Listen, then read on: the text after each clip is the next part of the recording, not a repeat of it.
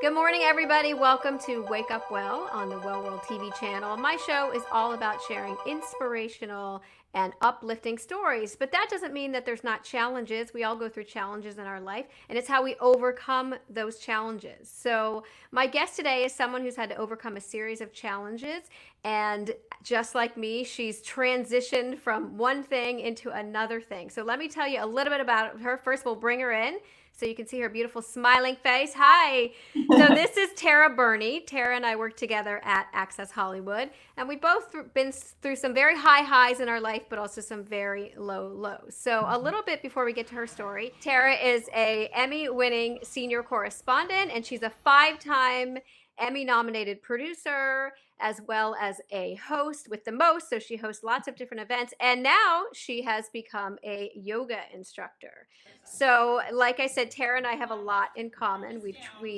We're in our new chapter. I don't want to say we've transitioned because we're both still doing Yeah, what we do, which is TV, but we've also added this new chapter into our life, correct? that's absolutely right. It's amazing where your path goes, but I'm on it. It's windy, but I like it. Yeah, it's been ups and downs. Mine's been ups and downs. I'm very open and honest about my journey because I think when you're honest and authentic, people who have been through some of the same challenges or who are going through challenges now can relate. And that's how you help people by allowing them to relate to your story. So tell us a little bit about what happened to you. So it's coming up on 3 years now in September that my husband tragically passed away suddenly in his sleep. So, as you can imagine, it shattered our world. I have two daughters who are amazing, and we woke up on that Saturday and our lives were forever changed. He and I were high school sweethearts. So you can only imagine how deep our love was for one another. And from that moment on, it was what is going to happen now. Like, who are we? What do we do? What do I do as a single parent now? I have these two girls, now they're 16 and 18. But they're just, one was starting high school and the other one was a sophomore at the time. So you take stock of what you have and you're like, okay, well, we still have each other. We still have this amazing family. We have an incredible group of friends that surrounded us. Um, but I was shook. I didn't know what to do. And I should say, a month right before that, I was laid off of my um, favorite job in the whole entire world that I was at for 18 years, which was, my identity in my life. So not only did I lose my um, favorite job, I lost my favorite guy. And so then I had to pick up the pieces and carry on. And that was Access Hollywood, which we Yeah. both had been working at. And I find that, and I found that in my life too, it wasn't just one thing that fell apart. It was everything. Everything came crashing down at the exact same time. And as much as I know now because of what I do and the books that I write, I know that that is for a lot of people the process where you don't get to that shift until everything just comes crashing down around you. Yeah, And I there, agree with you there. Yeah, because it was sort of this, trifecta for me. It was the job, my husband, and then my beloved dog right after that. mhm, yeah, And so, you look at those things, and people told me, and Laura, you could probably talk better about this. When I lost my job that August, people were saying things happen for a reason.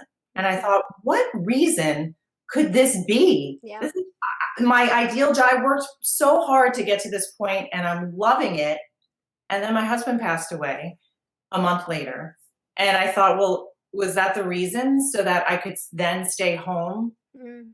with my daughters for that entire year and help them and nurture them and guide them and drive them to school and dry their tears and try and make them laugh? Like, I don't know. What do you think? I mean that's actually I think yes. I mean, if you ask me as Laura and as what I do for a living now, which is a channel and a medium, I would say absolutely. Like things are set up in place because we're always guided and supported by the universe, and so we always know that that there is really is that reason, and so it was set up for you for that very reason. Because I don't think you would have actually taken that year off. I think you probably would have figured out how to work out both. And so now it was like, okay, we're going to make it so that she's going to be there for for her children during this time. So I absolutely believe in that. But then on the flip side, and I always say this to people, especially now, is there's always this bigger, larger reason. And then from working at Access Hollywood, going through what you went through, then you got this like amazing job where you were a correspondent on Daily Mail. That never would have happened if you had stayed in the same place at Access Hollywood. Yes. So, right. So a year passes by, right? And I think, oh my gosh, all hope is lost. I will never get a job like that had, right?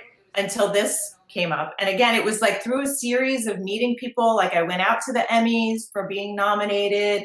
And then somebody calls my name from across the courtyard, and it's this wonderful guy who works at Daily Mail. And he's like, I love what you're doing. Come work for us. And I was like, wait, what? You know? And so I auditioned for them and I get the job. So now I have this insanely great job that's even better than I could ever imagined. Won the Emmy for my work and so happy until I get laid off a year later. Right. Okay. But then that's maybe because there's something else. There's something bigger and brighter and different that's maybe combining like your two worlds. Like, you know, we're both sort of in the same thing. So I just wanted to go back though, because was your husband sick? Like, was there, he had no underlying health issues or just? No, I mean, he didn't share my love of yoga. I mean, he loved that I loved yoga, but the only thing, no, there was no underlying cause. And it just, it's just unfortunate. It's just one of those things. And it just, and I don't know if that makes it worse or better. I've heard people talk to me who have lost their spouses, but through a long illness, and so they had this long grieving process with them to say goodbye. And some have even said that that was worse. Yeah. So, I don't know. I know, because I know both sides of it too. Well, someday you and I will do a channeling session and we'll see if we can bring your husband and maybe he can give you some answers and give you some solace. And I have a feeling that that's why you and I reconnected in this way too, that there's always some little strings being pulled behind the scenes from what I've learned from being able to talk to dead people. So even to the fact that I remember when you got the job at Daily Mail, I looked at that and I just remember thinking, wow, that was so like divine intervention right there. Like somebody who was taking care of her from the other side. I really did have that thought. So I think it was like, I know you've been through the worst thing in your life, but here's a beautiful gift for you. So that's the sense that I got with that. Yeah. That's nice. I like that. So the topic today is talking about how, how people move through grief, and everybody does it very differently. But I just remember seeing you on Instagram and seeing the things that you were posting, and I felt like you found the thing besides having your support system, family, your daughters, but you found the thing just like I found meditation. You found yoga, and that's what's really helped you through this grieving process. So talk to me a little bit about that. So with yoga, I was doing yoga before. So I think altogether it's coming up on like 11 years that I'm doing it. I grew up a dancer and I was always very athletic and, worked out here and there, never a gym type. But I was always looking for something that I could do. And a friend of mine suggested that I go to a yoga class with her. And I went and I was 100% hooked from that day forward. I was like, oh God, this is it. This is what I needed. So when my life was fine and normal and happy, yoga was great and still helped me unwind and, clear my mind and all that kind of stuff. But after this happened, I relied on it 100% in order to just let me escape for an hour to get away. Okay.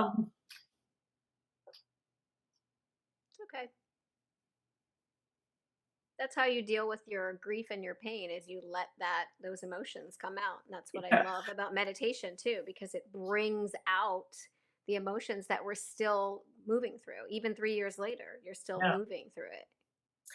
And so that's what yoga, speaking of moving, right? In order to like move your mind and move your body and just be able to release what's ever in there, or not. Some days I'm totally fine and happy and energetic and I want to kill it in yoga and feel good. Yeah.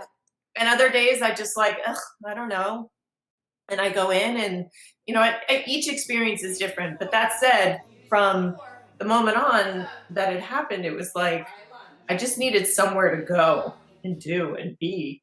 Um, and that was yoga. Yeah. And then what happened, because you ended up transitioning into being a teacher, which is kind of what happened to me with meditation. I was like, I loved it so Right. much. I was like, okay, maybe I'll teach it. Maybe I'll get certified, and maybe I'll see if I can help people the way that Which it's is helped me. so crazy. And I don't know about you. I mean, maybe people came to you and showed you the signs because, I know that's a big part of what you do is, sort of look for things that come to you. And there was a point and I found it on a T tag and it said, let things come to you. Mm. And I was like, oh my gosh, that's so simple and so easy. And just like, it just makes so much sense. And so once I found that, I was like, all right, just be open and just whatever's coming your way, just let it come and process the emotions along the way, process the ups and downs along the way. So I never thought of teaching yoga at all until probably 6 months ago. And different people from different areas of my life, whether they be friends, acquaintances, or just people from the outside, said to me, "Why don't you teach yoga?" And I thought, I don't know, I had no desire to teach. But when it kept coming to me, I was like, well, maybe I should.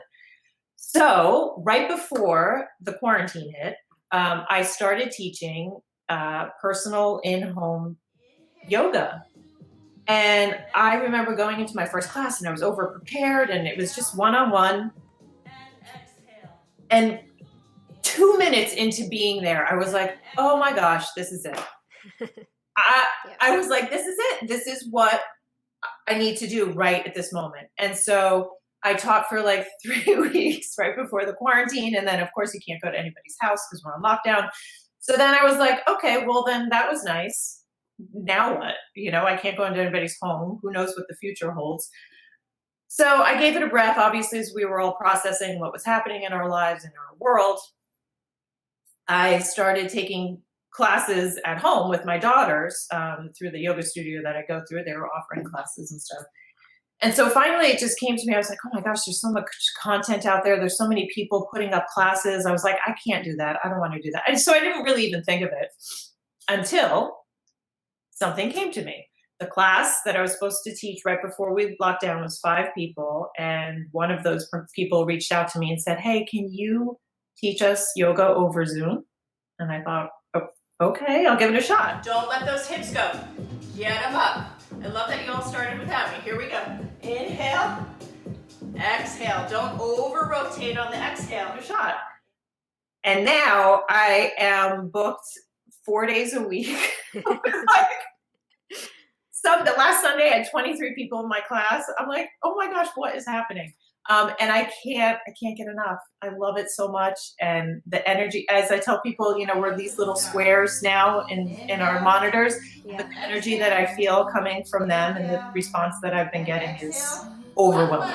Coming up. Here we go. And it's really been a good transition, because a lot of people don't even know how to be on video. Like, they don't know how to do it. They get nervous, they get scared. So your background in television makes it very easy to just get Yeah. up there and be very vulnerable. I hear that I'm very, very engaging. Oh, good. Okay. I was like, yeah, I know how to engage across the Yeah. platform. So if somebody is going through, whether it's grief, depression, anxiety, what would you say are some of the reasons that yoga is good for that? I would say first and foremost, it's breathing. Mm. We forget how to breathe when we are tense, when we are stressed, when we're grieving. We're like this. We're just these, tight, inward, wound up bodies, and we forget to actually relax and let the breath come in and out. And I can't tell you how breath alone is healing. So first and foremost, in most of my classes, that's what I tell people first. I was like, we're just going to sit here and breathe for a half a second so that we can just relax. And so from the yoga mat, so if you're not on the yoga mat and you're out somewhere and you're stressed, if you just breathe, now it's not going to make the situation go away, it's going to help you get through the situation. So that's the first and foremost. Second is just opening up. Again, when you're stressed, when you're grieving, when you just want the world to go away, we curl up in these tiny little balls. And I've been a tiny little ball on my kitchen floor. I've been a tiny little ball on my bed. And so opening up and just releasing some of the muscles and some of the tension that we hold in our shoulders, in our necks, and actually in our hips. That would be the second thing, just sort of getting through those stretches in order to release what's in there. Yeah. I also find that it's people's first sort of stepping stone. Oh, hello to your Oh, that's my daughter. She's your yogi. going to She's work right she's now. doing her yogi. But yoga is really people's first introduction into spirituality. There's terms that you hear and terms that you use that you've never heard before. A lot of people when they first come into yoga. So I think it's like dipping your toes into that has been really good. And I think that really helps with the grief when you realize that we have this connection to this whole other part of ourselves and part of the universe or whatever you want to call it. It helps you it changes your aura actually, and so that you can connect and also get into the gravitational pull of the universe. That's what these poses are all about. So did you have to study all of that when you decided to teach yoga? Yes. So I I have lots of other not here. I have lots of books, and then just being a student of yoga. That yoga is a practice. I hear a lot of times people say, "I can't do yoga because I'm not flexible. I can't do yoga because I can't do those poses." Well, the whole point of yoga is to practice, and it's the journey of getting there. A lot of these poses look crazy and insane, and that's not the point of it. Standing on your head or whatever is not really the point. The point is the journey getting there, and having, to your point, the mind body connection is something so lovely and so wonderful. So yes, to go back to your question about studying it. So being a student of yoga for almost 11 years and being taught by so many different teachers, you pick up so many different nuances about how to teach others. And then being certified as well through the Yoga Alliance. Yeah, and there's always more to be learned in everything. Oh And my gosh. I You're teach always, meditation. There's always more to be learned. You're yeah. always going to be learning, and as you grow and expand and evolve, more things come to you. It's like I say, it's like peeling an onion, and the more that you peel that, and that's why yoga to me is the first part of peeling those layers. So I love that yoga has gotten more popular over the last couple of decades, and now I feel like we're at this point of meditation now starting to be where there's like the new trend, even though it's been around for thousands of years. I feel like people are starting to open up to it, and that just expands all of us. Yeah, I think it's part of being of acceptance too. It's not taboo anymore. It's not hokey anymore. I think people are seeing mainstream people do it now, so they understand how important it is. And even going to therapy, that used to be like, "Woo, you can't go to therapy. That's you're crazy." But I think if you're able to open yourself up to different types of exercise and different types of mind exercise, you feel a world of difference. And it's not a magic pill. It takes work. But why not work on yourself? I mean, there's only one of you. Right. And it's always better than sitting around and stewing in your own sadness and grief and depression. Yeah, Is which finding happens. modalities. Yeah, I mean, it definitely happens. I can't tell you how many times I walk around mindlessly in my robe all day. But that's that day, and then you wake up the next day and you go, "Look, I'm still here. I have this. I have my kids, and let's work on me so that I don't spiral down. Do it every day." What would you tell somebody who is just starting out with yoga, who is going through some challenges about how to get yourself off the couch and just get started? Let's see. Get off the couch and just get started. So don't be intimidated. Mm. So that's the one thing I hear too is people say, "I'm not going to a yoga class because I can't do that stuff and I'm intimidated."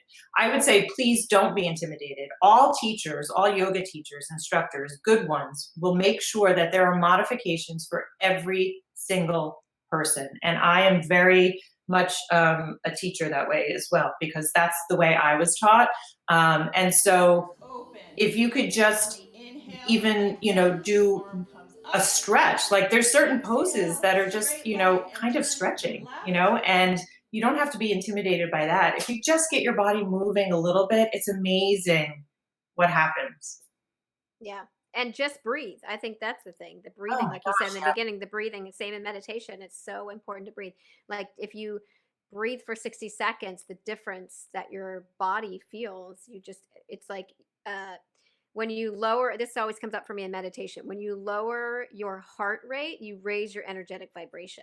So Ooh, that's what the breath is all about. As we begin to breathe, we're starting to lower our heart rate, and then we're raising our energetic vibration, which is then basically what you're doing in a scientific medical level is you're lowering your cortisol levels, but actually in this spiritual realm you are raising your energetic vibration, which then you start to feel happier and lighter. And that's the whole process of letting go of grief and depression, is to let that let it go. vibrational energy, right? Let it go and let it let it flow. Where would you say you are now? It's been 3 years since your husband passed. Where would you say you are in your in that letting go of grief and being okay?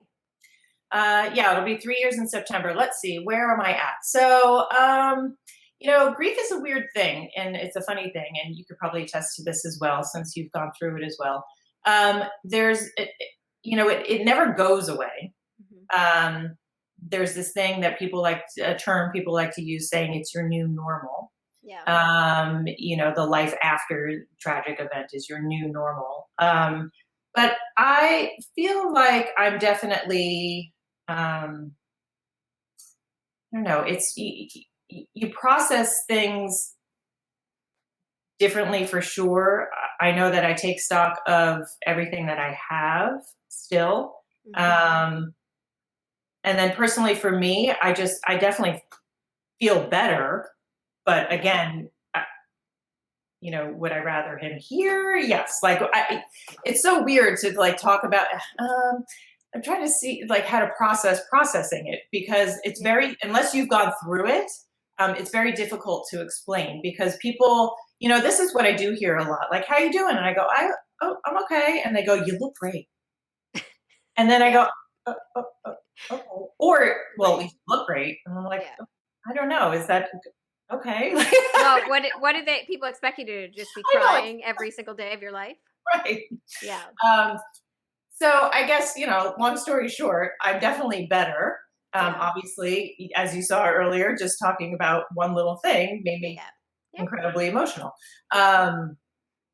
But I'm able to laugh, and I'm able to share, and have fun times with friends and family and my daughters, obviously. And so you do move forward, and that's what I keep telling them as well, because my first priority is me, Yep. which is not selfish, because I need to take care of me in order so I could take care of them. Yep. And so what I keep saying to them is, I'm moving forward. I need you guys to move forward. This is our life. We got thrown a huge, curve, but we need to continue to move forward. And that said, you process all the emotions along the way. So if you're feeling hurt, if you're feeling mad, if you're feeling sad, take it in, process it, Yeah. and then let it go. Yep. And then move forward to the next one. Just like you would process being happy, which sometimes you feel guilty about being happy. That was more earlier on. Yeah. I get that. Um, but now, same thing. If you feel happy and elated because something great is happening, take it in, feel it, love it, and then Yeah. let that go. So I think that's kind of where we're at and where I'm at right now. Yeah, and it never goes away. That sense of like when something good happens that you do. I mean, it's been, my brother died almost 6 years ago, and my dad almost 5 years ago, and I still have those moments of like even what happened with coronavirus and being stuck indoors. I'm always like, oh my god, what would they have been doing during all of Yeah, it's this? so Like, funny. People said, they're like, oh my God, what would John do during quarantine? I was like, oh boy. right. Yeah, me too. Oh boy. And then you do have those days where you're like, well, I'm still here, and I feel guilty about that. But I know from being a medium and a channel and talking to people who have crossed over that we always say rest in peace. And from now on, I think I'm going to say congratulations. Congratulations. You got to go back. We're still here figuring it all out. And that's really the truth. Like when we cross over, all of our human limitations go away, and we let go of this body, and we start to realize who we truly are, and we get to experience life from a different lens. And that's really all it is. It's a transition into a different form. So on that note, let me ask you this. Have you felt this is wake up well, remember that. It doesn't Okay. just mean we're waking up and feeling good. It means we are waking up to the universe. Yes. So have you felt the presence of John in your life? I do, and it comes through music. Oh, I knew. I was just gonna say that, Tara. I swear to God, I was As gonna you can, say. as you Yep. can see behind me, Yep. over there, those are his guitars. Yeah. I see Um, it. so he was not a musician by trade, but loved it so much, Yeah. and that was his life. So he taught himself how to play guitar and how to play saxophone. He was in bands like with his friends and like jam bands like Allman Brothers and that kind of music. But that's what his true love was. So music for him was his healing powers. So whenever he needed a pick me up, it was music. Every song related to something different. There was dinner music, there was hanging out music, there was, being with your friends music, there's sitting on the deck music. Like there was always music in this house. And it was because of him. I mean, I can't tell you how many concerts he went to. And so for us and for me, that's how he comes through. So especially from the beginning, I mean, like, I'd Yeah. walk into a store and like our wedding song was playing. I'm like, I'm in PC Richards. Why would they be playing Peace Be With You by Madonna? Yeah. That was our wedding Yeah. song. Yeah. And I was like, oh, hi, yep, that's me. That's you. So that's the way it translates. And that makes me happy because I'll Yeah. hear a song on the radio and then, I feel like, okay, cool, he's here. And same thing with the girls. They're huge music files and same thing. They'll just put on music to make themselves feel that connection. So whether they're calling it in or it comes Yeah. from somewhere else, then that's how it comes to us. I love it. So where can people find you? And if they want to take your yoga classes or they want to connect with you, where can they find you? So I'm on Instagram at Tara Burney, and same thing on Facebook. And classes, I usually just keep posting when the classes are, but right now, sorry, Tuesday and Thursday at 7 p.m. Eastern, Wednesday at 8:30 a.m. Eastern, and Sunday at 4 p.m. Eastern. So we do it via Zoom, and you just have to DM me at Tara Burney on Instagram, and I will shoot you your TV hall pass, which is your Zoom link for that class.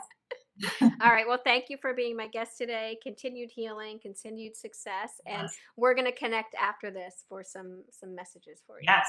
Thank you for All having me. right. This was Okay. awesome. Thank you. Okay.